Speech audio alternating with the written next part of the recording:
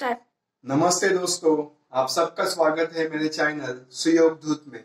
आज programming in सी इस series के अंदर हम देखेंगे कंसेप्ट इफ एल्स लैडर। अब इफ एल्स लैडर क्या होता है, तो ये एक decision making and branching statement है। इसका हम यूज करते हैं एक से ज्यादा कंडीशन चेक करने के लिए। अब इसको लैडर क्यों बोलते हैं वो समझ लीजिए। लैडर मतलब होता है सीढ़ियां। मान लो आपको कोई चीज ढूंढनी है और आपको वो सीढ़ियों पे चेक करते जाना है कि वो है ही नहीं। अगर आपको किसी सीढ़ी पे वो चीज मिल जाती है तो आप अगली सीढ़ी पे जाके चेक नहीं करोगे कि है क्या नहीं। तो इसी तरह से ये लैडर काम करता है। तो इसका सिंटैक्स ठीक से समझ लीजिए। तो सबसे पहले हम लिखेंगे इफ, इसके अंदर होगी एक कंडीशन जो कि हमें चेक करनी है, एक टेस्ट एक्सप्रेशन है। अगर ये कंडीशन सही हो जाती है तो इसके अंदर जो आपने लिखा है स्टेटमेंट वो एग्जीक्यूट हो जाएगा, राइट। लेकिन अगर ये कंडीशन गलत हो जाती है, इसका मतलब अगर ये कंडीशन सही नहीं है, तो फिर इसके बाद हम लिखते हैं एल्स स्पेस इफ। तो एल्स इफ ये दो वर्ड हमें यूज करने हैं और ये एक साथ नहीं करने हैं, बीच में स्पेस है। तो यहाँ पे चेक होगी कंडीशन 2। इसका मतलब क्या है कि अगर कंडीशन 1 गलत है तो फिर हम चेक करेंगे कंडीशन 2, और अगर कंडीशन 2 सही हो जाती है तो एल्स इफ के अंदर आपने जो भी लिखा होगा वो एग्जीक्यूट होगा, और इसके बाद जो भी कंडीशन होगी वो कोई भी चेक नहीं की जाएगी।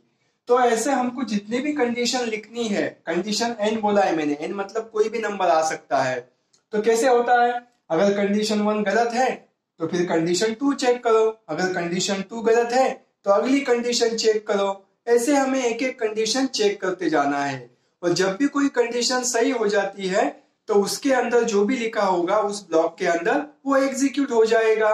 लेकिन मान लो सारी कंडीशंस गलत है, ऐसा भी हो सकता है कि हमें एक भी सीढ़ी पे जो चीज मुझे ढूंढनी थी वो नहीं मिली। तो अगर सारी कंडीशन गलत है तो फिर एंड में आपको लिखना होता है एल्स। इस एल्स का मतलब होता है कि अगर एक भी कंडीशन सही नहीं आती है तो एल्स के अंदर आपने जो भी लिखा है वो एग्जीक्यूट हो जाएगा। तो ऐसा वो एल्स इफ लैडर आपका काम करता है। अब इसको हम एक प्रोग्राम से समझ लेंगे। अभी हम इफ एल्स लैडर को एक प्रोग्राम से समझ लेते हैं। अब यहाँ पे एक प्रोग्राम किया है जिसमें हमने एक नंबर एक्सेप्ट किया है, और वो नंबर पॉजिटिव है या निगेटिव है या 0 है ये हमें डिस्प्ले करना है। तो यहाँ पे देखिए मैंने ए नाम का एक वेरिएबल लिया है और उसको मैंने यूजर से एक्सेप्ट कर लिया है। तो जो भी नंबर है वो कहाँ पे सेव हो जाएगा, ए नाम के वेरिएबल में सेव होगा। अब कंडीशन कैसे चेक करनी है, तो यहाँ पे मुझे सबसे पहले मैंने ये कंडीशन लिखी, इफ ए ग्रेटर देन 0, मतलब जो नंबर है वो अगर 0 से ज्यादा है तो क्या करो, प्रिंट एफ पॉजिटिव। तो ये हो गई फर्स्ट कंडीशन।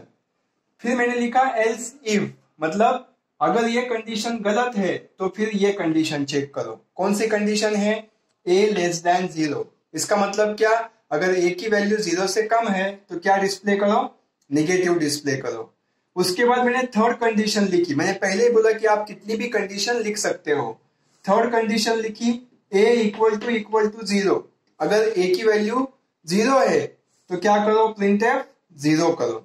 और ये 3 कंडीशन लिखने के बाद फिर मैंने लिखा एल्स, क्योंकि लैडर हमेशा एंड होना चाहिए एल्स से। एल्स मतलब क्या, अगर एक भी कंडीशन सही नहीं है तो क्या करना है, तो एल्स पे मैंने लिखा प्रिंट एफ इनवैलिड। अब ये एग्जीक्यूट कैसे होगा वो देखो। लेट्स से एंटर नंबर, तो मैंने ए की वैल्यू दे दी 4।